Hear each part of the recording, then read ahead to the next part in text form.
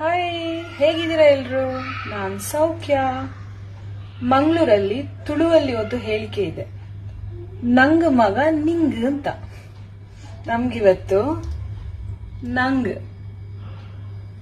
ನಂಗೆ ಇದ್ರದ್ದು ರೇಸ ಅಂದ್ರೆ ಪದಾರ್ಥ ತುಂಬಾ ಇಷ್ಟ, ಆದ್ರೆ ನನ್ನ ಮಕ್ಕಳಿಗೆ ಇಷ್ಟ ಇಲ್ಲ. ಸೊ ನಾನಿದ್ರದ್ದು ಡೀಪ್ ಫ್ರೈ ಮಾಡೋಣ ಅಂತ ಇದ್ದೀನಿ. ಬನ್ನಿ.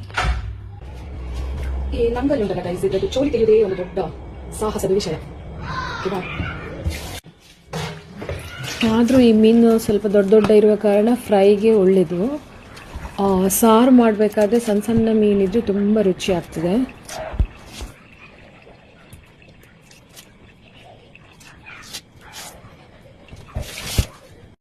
ಕೆಲವು ಗಂಟೆಗಳ ಪರಿಶ್ರಮದ ನಂತರ ನನ್ನ ನಂಗ್ ಕ್ಲೀನ್ ಆಗಿ ಕಟ್ಟಾಗಿ ರೆಡಿ ಉಂಟು ಮಸಾಲೆ ಹಚ್ಚಿಕೊಳ್ಳಿಕ್ಕೆ. ನಾವೀಗ ಮಸಾಲೆಗೆ ರೆಡಿ ಮಾಡುವ.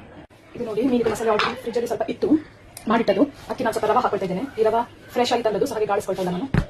ಈ ರವನ್ನು ಹಾಕಿ ಚಂದ ಮಾಡಿ ಹೀಗೆ ಮಿಕ್ಸ್ ಮಾಡ್ಕೊಳ್ಳುವ. ಮತ್ತೆ ಉಪ್ಪು ಹುಳಿ ಅದೆಲ್ಲ ನೋಡಿಕೊಂಡು ಪುನಃ ಅಡ್ಜಸ್ಟ್ ಮಾಡಿಕೊಂಡು ಈಗ ಮೀನಿಗೆ ಹಚ್ತಾ ಹೋಗುದು. ಈಗ ನಾವು ಒಂದೊಂದು ಮೀನಿಗೆ ಚಂದ ಮಾಡಿ ಹಚ್ತಾ ಹೋಗುವ. ಸೈಡಿಂದ ಹೀಗೆ ಹಚ್ಕೊಂಡು ಸೈಡಲ್ಲಿ ಹೀಗೆ ಇಡ್ತಾ ಬರುದು.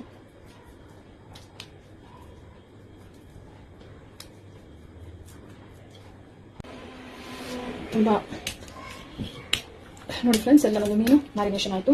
ಇನ್ನೊಂದು ಸ್ವಲ್ಪ ಹೊತ್ತು ಬಿಟ್ಟು, ಒಂದು ಅರ್ಧ ಒಂದು ಗಂಟೆ ಬಿಟ್ಟು ನಾನು ಇದನ್ನು ಡೀಪ್ ಫ್ರೈ ಮಾಡ್ತೇನೆ. ಈಗ ನೋಡಿ, ಎಣ್ಣೆ ಬಿಸಿ ಆಗಿದೆ. ನಾನೀಗ ಮೀನನ್ನು ಒಂದೊಂದಾಗಿ ಬಿಡ್ತೇನೆ.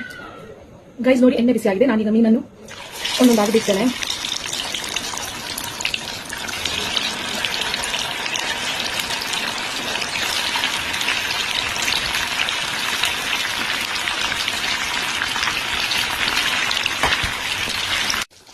ನೋಡಿ ಫ್ರೆಂಡ್ಸ್, ಕುರುಮ್ ನಂಗ್ ಫ್ರೈ ರೆಡಿ. ಹಾಗೆ ನನ್ನ ಮಗ ಕೂಡ ಪ್ಲೇಟ್ ಇಟ್ಕೊಂಡು ಬ್ಯಾಟಿಂಗ್ ಮಾಡಲಿಕ್ಕೆ ರೆಡಿ.